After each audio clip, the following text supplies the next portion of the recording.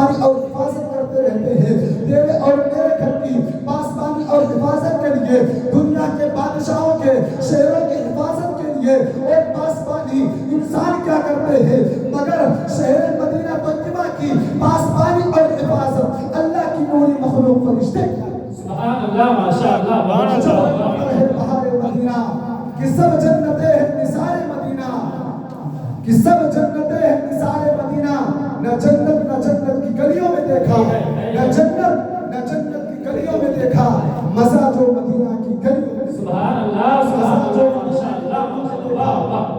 اپنی بات کو بہت جلدی سے پہنچا رہا ہوں. مدینہ شریف کی مٹی میں شفا ہے. ہمارے رسول اللہ صلی اللہ تعالی علیہ وسلم نے ارشاد فرمایا, والذی نفسی بیدی ان فی غبارها شفاء من کل داء.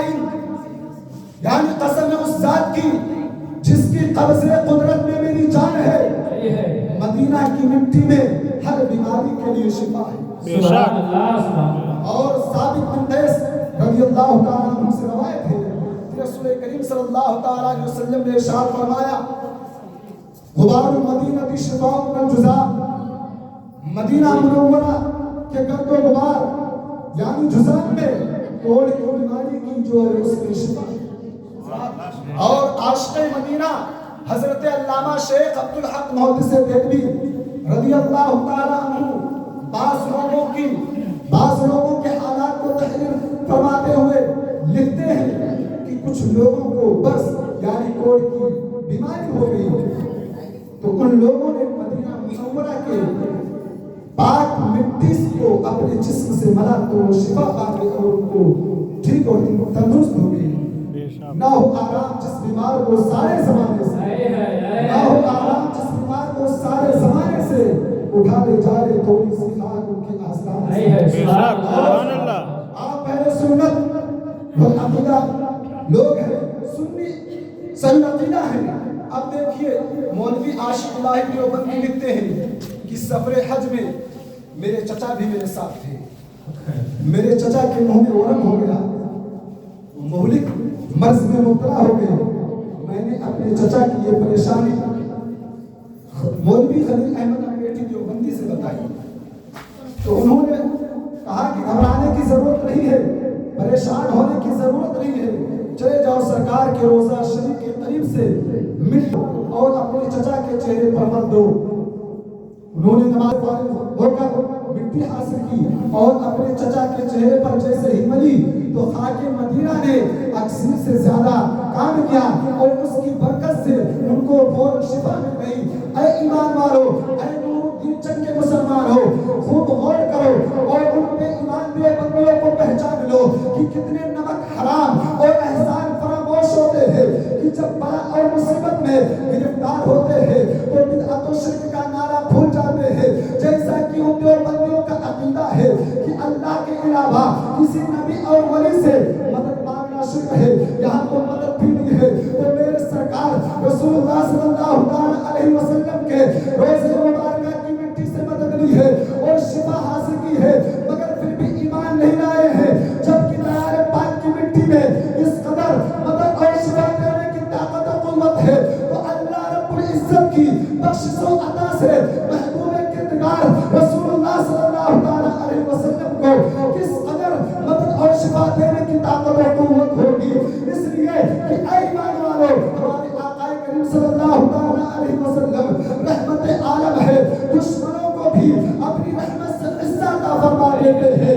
جیسا کہ ان دیوبندی مولوی صاحب کو اپنے جوار کرم سے عزت عطا فرما دیا ہے, اور مومن وفادار اور منافق میں غدار میں فرق یہ ہے کہ مومن وفادار اپنے پیارے نبی رحمت و برکت والے رسول صلی اللہ علیہ وسلم کی ابر کرم کی بارش میں دنیا میں بھی نہاتے ہیں اور جنت میں بھی سیراب ہوتے ہیں.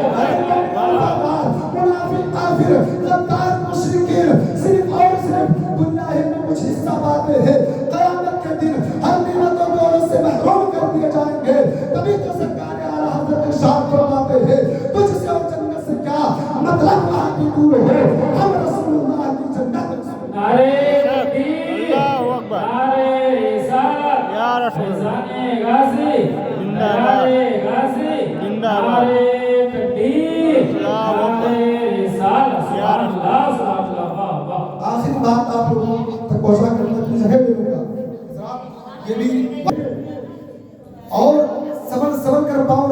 کہیں ایسا نہ ہو کہ یہ کانٹا میرے قدم سے نکل جائے۔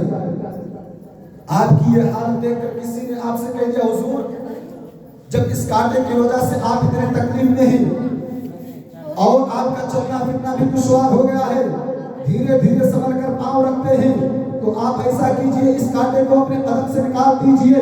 اتنا سننا تھا کہ حضرت امام مالک رضی اللہ تعالی عنہ کی محبت بھڑک اٹھی اور جواب ارشاد فرماتے ہیں اے نادان سن، یہ کانٹا نکالنے کے لیے نہیں ہے بلکہ اس کانٹے کو قلب و جگر میں جگہ دینے کے لیے ہے۔ کاش یہ کانٹا میرے قلب و جگر میں چھپ جاتا اور کتنا بہتر ہوتا۔ اے ایمان والو، حضرت امام مالک رضی اللہ تعالی عنہ ارشاد فرماتے ہیں کہ اے لوگوں بروز قیامت جب اللہ رب العزت مجھ سے پوچھے گا کہ اے مالک تو میرے پاس آیا ہے تو میرے لیے کیا لایا ہے، تو میں عرض کروں گا اے میرے رحمان الرحیم پروردگار عالم، میں تیرا بندہ مالک ہوں، تیری بے نیاز بارگاہ میں آیا ہوں، تیرے محبوب کے شہر محبوب کے اس کانٹے کو لے کر آیا ہوں، تو مجھے امید واثق ہے اور یقین کامل ہے کہ اس مدینہ طیبہ کے اس کانٹے کے وسیلے سے میرا رحمان الرحیم پروردگار عالم مجھ سے خوش ہو کر مجھ سے راضی ہو کر مجھے جنت کا حقدار بنا دے گا۔ تبھی تو کسی نے فرمایا ہے کہ تجھ سے اور جنت سے کیا مطلب، وہ ہم رسول اللہ کی جنت، رسول اللہ کی اللہ رب العزت کی بارگاہ میں دعا ہے کہ ہمارے بولنے میں کسی قسم کی لفظ یا سامن غلطی ہوئی ہو تو میں توبہ کرتا ہوں، استغفر اللہ ربی من کل ذنب واتوب الیہ وما علینا الا البلاغ۔ السلام علیکم ورحمۃ اللہ تعالی۔ وعلیکم السلام۔